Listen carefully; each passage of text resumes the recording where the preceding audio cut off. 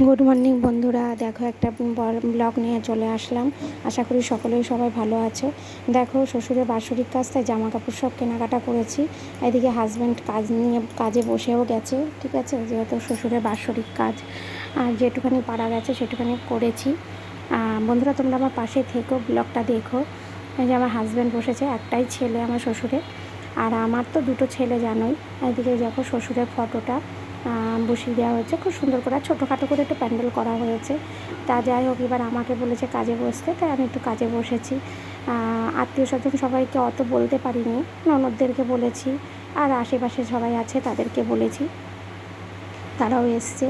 তোমরা সকলের কাছে একটুখানি বলতে চাই যে তোমরা আমার পাশে থেকো বন্ধুরা। আর বেশি বড় করতে পারিনি ভিডিওটা, যেহেতু দেখো রান্না করার বা বাজার টাজার করে নিয়ে এসে সেসব ভিডিওগুলো আমি করতে সময়ই পাইনি। একা বোঝোই তো, একা হাতে সব দিকেই সামলাতে হয়েছে। আমার হাজব্যান্ড অত পারে না একা হাতে সব দিকে। দেখো আমিও বসেছি কাজে, যে ছেলের বউকে নাকি বসতে হয়।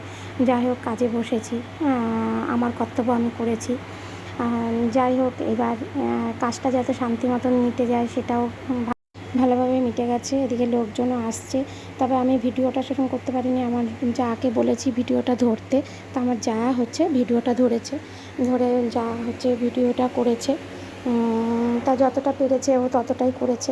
এদিকে আত্মীয় স্বজন সব লোকজনও আসছে, আমি বেশি বড় করতে পারলাম না বন্ধুরা, তার জন্য তোমাদের কাছে। আর আমি রোজ ব্লগ দিতে পারছি না, হয়তো 2-3 দিন বাদে ব্লগটা দেওয়া হয়ে যাচ্ছে আমার। এই দেখো আমার 2 ছেলেও কাজে বসেছে। তা বড় ছেলে ন্যাড়া হয়েছে, কিন্তু ছোট ছেলে হয়নি। ও স্কুল ছিল আর ওর কলেজ বন্ধ ছিল বলে তাই ও ন্যাড়াটা হয়েছে, যেহেতু বড় নাতি বলে কথা।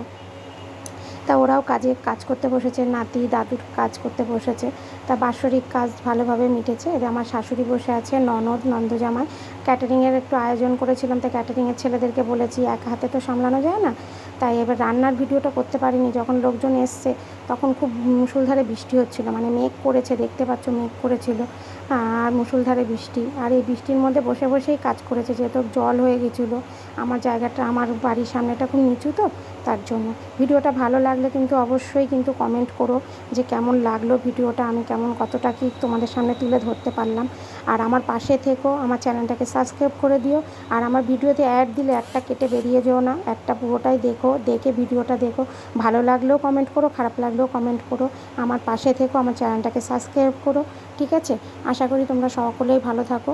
আর দেখো লাস্টের দিকে ঠাকুরের ইয়েটা দিয়েছি, যে তখন পুজোটা হয়ে গেছিলো, ঠাকুরের সিংহাসনটা সুন্দর করে সাজিয়েছিলাম, যে লোকজন আসছে। তা দেখো, দেখতেই পাচ্ছ বন্ধুরা। আর আমার হাজব্যান্ড তো জানোই কী সুন্দর করে পুজো দেয়, ও পুজো দিয়েছে। সবসময় আমার পাশে থেকো বন্ধুরা, আমি এটুখানি চাই। আর বেশি বড় করলাম না ভিডিওটা।